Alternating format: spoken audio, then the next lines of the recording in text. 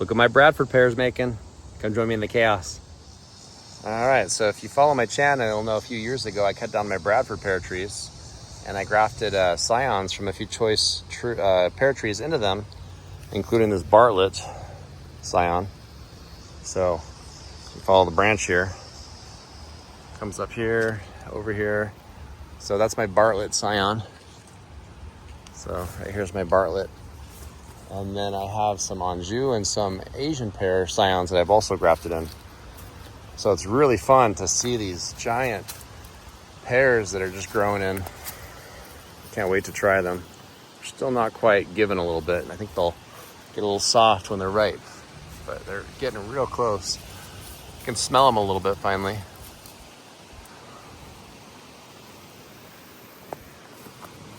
So similar idea over here, except this one has some Asian pear. Giant, look how big these things are. These are giant Asian.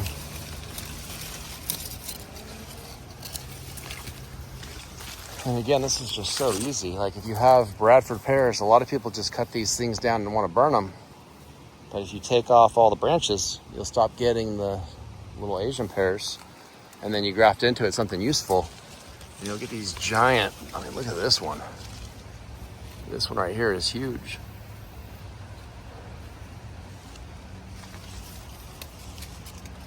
It's probably hard to appreciate how big these things are because my oversized hands, but I mean, these are bigger than my apples for sure. There's some good sized apples. I would say they're about the size of like a ruby red grapefruit. Some of these are smaller, like that one's about the size of like a regular, maybe a smaller-ish apple, but you know, next to it we have this jumbo, and there's some big ones on here. Oh wow, that one's huge too. So I don't know how much bigger they're gonna get. Oh man, that one's big too. But they are still pretty rock hard. So if you know anything about Asian pears, giant Asian specifically, so I got this scion from a friend that has Asian pears.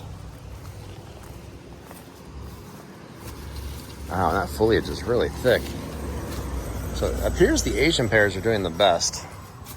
And look how well that graft is grown in. So this is a bark graft. And I have videos on my channel about bark grafting and the basic idea. But bark grafting is you cut the tree down, like I said, and then you have a roughly pencil thickness, maybe a little smaller than pencil thickness branch that you take off of a tree that you like. And then you make an incision into the freshly cut tree. And you want to do it when the bark's slipping in early spring, and then you kind of pry away the bark, and then you'll have a nice little wedge on that pencil thickness scion, and you just kind of just shimmy it in there, kind of like a drink box, like a Capri Sun or something, and you'll end up with something like this if all goes well. I usually will secure it, reinforce it first with tape. Let's see if you can see any of these. It's healed over, but on all of these, I've reinforced them to the rootstock, to the trunk down here, with a deck screw, like those. They're like laminated deck screws. They have some type of material on them that keeps them from corroding or rusting, and you'll want that so that it doesn't rust inside of the trunk. I don't know if it would because of oxygen, but it seems to work real well to reinforce them. And the reason why is these things grow so rapidly and get so heavy that if they're not reinforced, they'll just shear off the tree. And basically you need them to hold on long enough where they'll start growing into the rootstock properly, where they'll have this kind of band of new material that'll grow around the tree and just heal up that wound that you've created. Sometimes they'll get like fungal infections and they'll start growing mushrooms, and sometimes the tree will just give out. But so far, most of them have done okay. I think I did this on 15 of my Bradford pears, and only 2 of them have failed. And they literally just kind of kicked the bucket and just died at the ground because they just can't handle the surgery. They can't handle the graft. These ones have done really well, producing a lot of fruit. This particular one only has fruit on this left scion here. Pretty big and heavy. Good sized Asian pears. This right one, I believe, is an Anjou, And I think I had a few pears and they fell off. So I'm guessing the Anjou pear needs a little bit more time, a little bit more strength before it's willing to sacrifice to create fruit. Not 100% sure. But the Bartlett seems to be doing okay on some of these. But these Asian pears, these giant, I think they're called giant Asian pear. Forgive me if I'm saying it wrong. And then this one doesn't have fruit yet. This one's grown a little slower. This one gets shaded for, I think this only gets about 4 or 5 hours of sun near the end of the day. And then this one, no fruit either. But it gets shaded by this tree most of the day. So this is the north side of this tree.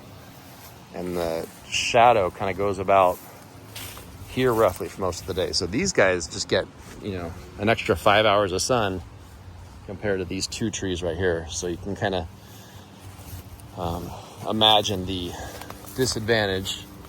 But the ones that get lots of sun are getting lots of fruit. And I actually had to get a ladder. Probably about every 2 or 3 months, I'll get a ladder and I'll just stand on top of the ladder and I'll get my weed whacker and I'll just trim to keep these things from reaching to the sky. Because if I wasn't doing that, these things would already probably have shoots that were 20 feet tall, and the weight and the wind would just knock these things right off. Like, I don't even know if my deck screw would be strong enough.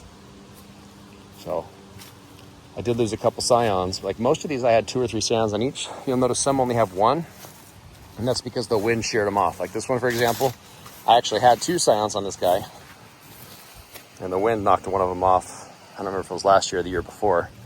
So I've gotten a little bit more careful with not letting them grow too fast. And what I'll do is I'll keep trimming them back to make sure that they're not more than about double the size of the trunk down here, until I see this material growing strong all the way around, and they basically connect to each other, and that should reinforce it dramatically. All right, and then I also have this other Bradford pear, and this is on the south side of my house. This one's growing a lot faster and stronger. Little barkers, they just want to play. So lots of fruit. The Asian scion's doing real well. So if I end up liking Asian pears, I'm probably going to graft more of these. It just fruits so well and so heavy. It's like I have some kind of a leaf thing going on here. Doesn't seem to affect the fruit growth though. But yeah, look at these. Just tons of fruit. It's so funny to see them coming on these scions. I remember when I first did that, my neighbors thought I was killing my trees, and I had the neighbor comment like, "What do you hate your trees for?" They were wondering why I was cutting the tops of them off, and I don't think they understood that they were Bradford pears, and you don't want Bradford pears dropping Bradford pear seeds everywhere. But what they didn't know is that I was grafting into them, and I tried to explain it, but every time I try to explain grafting to someone, I feel like I just get this glazed over look from people. Like they're looking at me like I have like spiders crawling out of my ears or something. But if you hear anyone talking about grafting, they're combining 2 different plants together. Usually a crappy one that's really good at getting nutrients from the ground, like Bradford pear is really good at getting nutrients from the ground, really good at growing, but not so good at making fruit. So if you combine it with something that makes good fruit, guess what you're gonna get? That's right, tons and tons of fruit.